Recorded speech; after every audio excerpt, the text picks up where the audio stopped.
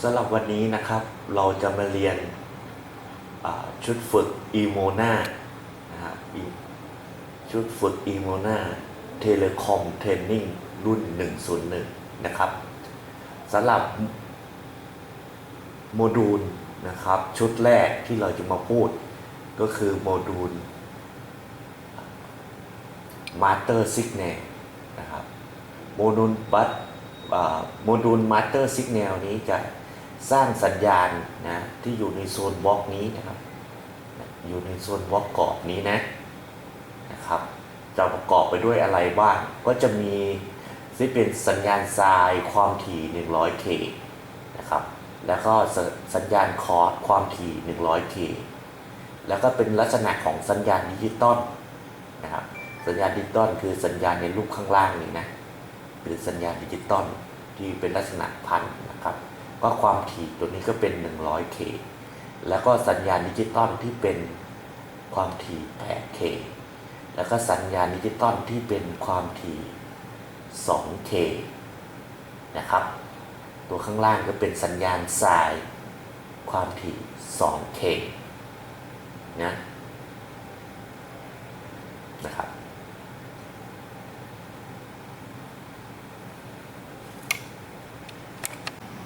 เอามาดูเริ่มต้นนะครับตามรูปที่ 3 นี้นะ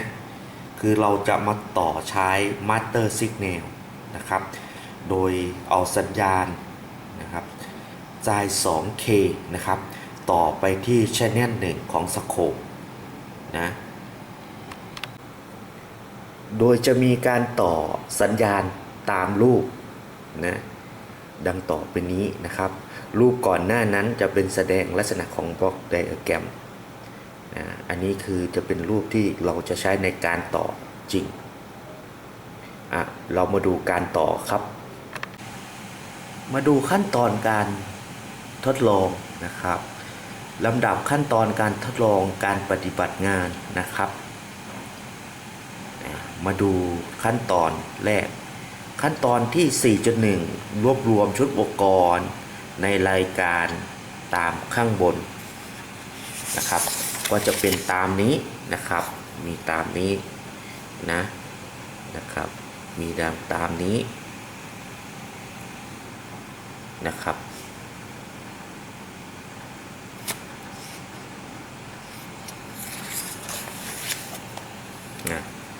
4.2 เชื่อมต่อตั้งค่าที่แสดงในรูปที่2นะครับเราก็จะทำการต่อนะครับตรงจุดนี้ก็คือไซน์ 2K นะครับมาเข้าที่ Channel 1 ของ Scope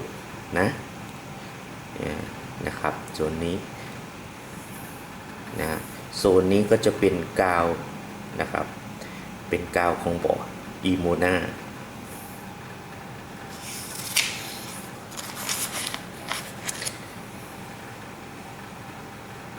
ต่อมา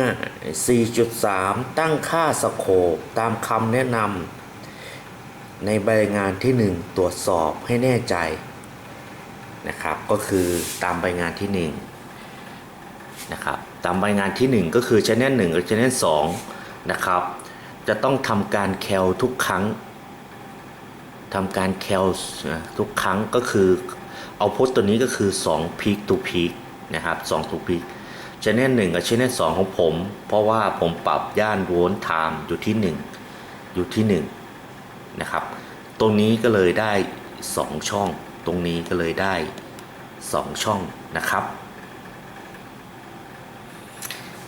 มาดูนะครับในขั้นตอนนะครับในขั้นตอนที่ 4.31 ตัวควบคุมซอสของทิกเกอร์นะครับต้องถูกตั้งค่าไปที่ Channel 1นะครับมีลักษณะยังไงนะก็คือตำแหน่งนี้นะครับซอสไปที่ Channel 1นะครับของ Scope ซอสไปที่ Channel 1นะต่อมา 4.3.2 ตั้งการควบคุมโหมดนะจะถูกตั้งค่าไปที่ตำแหน่ง Channel 1 แล้วก็มาที่ตำแหน่งโหมดของสโคปนี่นะครับโหมดของสโคปไปที่ Channel 1ครับนะไปที่ Channel 1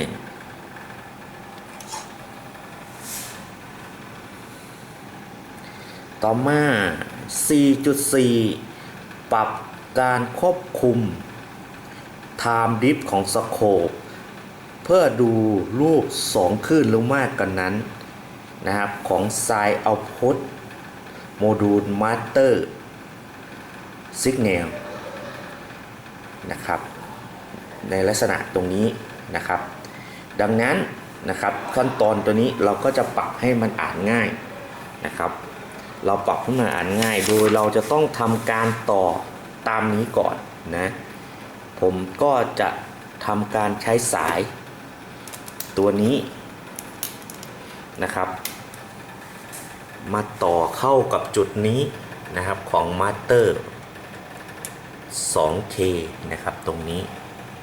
นะครับตรงมาสเตอร์ตรงนี้นะครับอันนี้คือมาสเตอร์นะ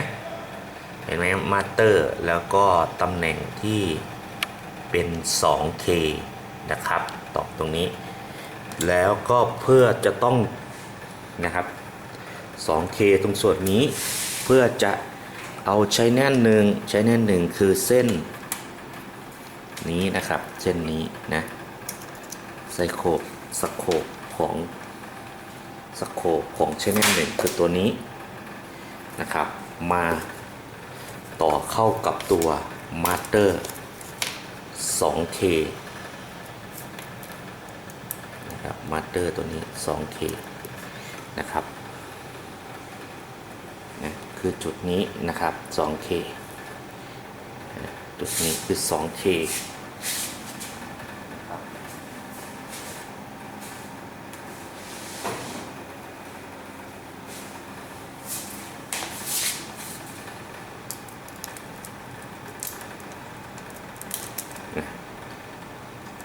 ต่อมาในจุดนี้นะครับจุดนี้ที่เป็นกาวนะเป็นกาวเราก็จะของบอร์ดอิโมนาก็คือโซนกาวตรงนี้นะครับโซนกาวตัวนี้นะเราก็เอาสายโพบของชแนล1ที่เป็นกาวนะคีบอยู่ตรงนี้คีบตรงนี้นะครับ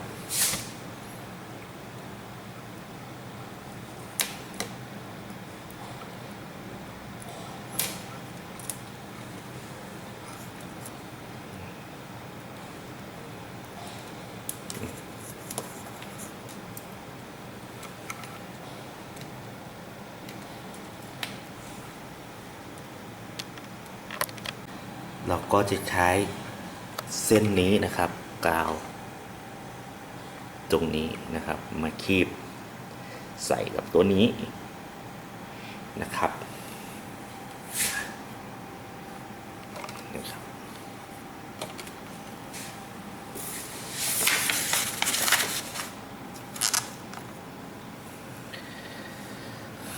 4.5 นะครับตำแหน่ง 4.5 ก็วัด Amplitude Peak to Peak ของ Overdrive 2K ของโมดูล Signal บันทึกค่าในตารางที่ 1 ด้านล่างตารางที่ 1 ด้านล่างก็คือตำแหน่งนี้นะครับตำแหน่งตารางที่ 1 ตัวนี้เราจะต้องทำการทดลองทั้งไซน์ 2K คอส 100K แล้วก็ไซน์ 100K วัดแรงดันขาออกได้เท่าไหร่วัดค่าเวลาได้เท่าไหร่และก็วัดค่าความถี่ได้เท่าไหร่นะครับเราก็มาวัดตรงจุดนี้นะครับ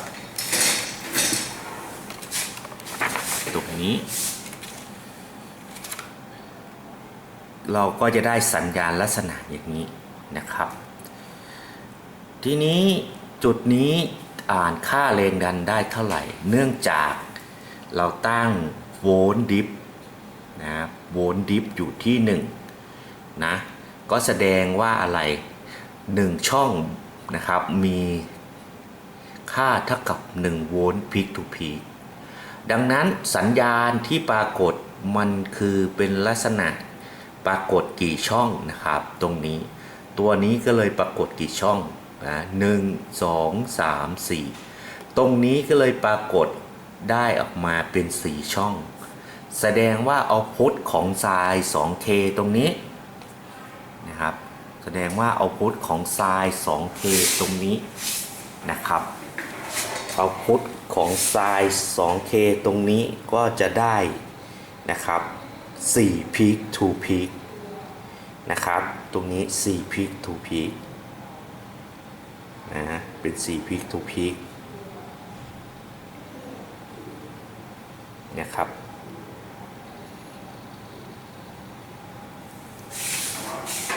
ส่วนต่อมาก็คือคาบเวลานะครับส่วนต่อมาคือคาบเวลานะคาบเวลาของเรานะครับเราก็ปรับให้มันอ่านง่ายมากขึ้นเนาะเราก็อาจจะเริ่มต้นจุดที่นะครับเราก็เริ่มต้นที่จุดนะ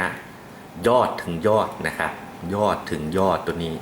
มันก็จะเป็น1ไซเคิลพอดีนะครับจากรูปนี้นะครับจากยอดถึงยอดนะครับมันมีจำนวนเป็น1ช่องนะ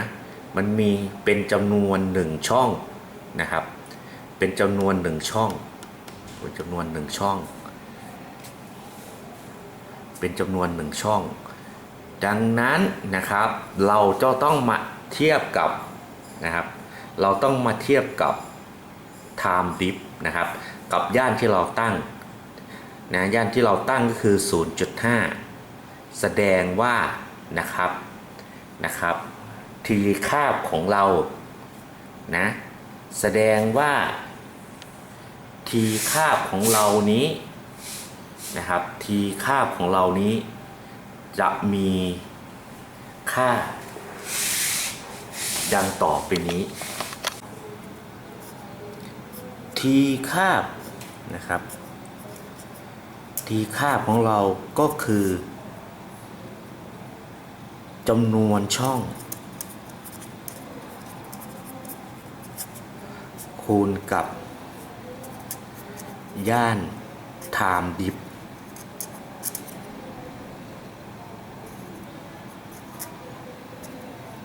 ตรงนี้เมื่อกี้นะครับเมื่อกี้เราอ่านได้1ช่องคูณย่าน time dip ของเราคือ 0.5 มิลลิเซกนะครับแสดงว่าของเรามีค่าเท่ากับ 0.5 มิลลิเซกนะครับอันนี้คือทีคาบนะครับทีคาบ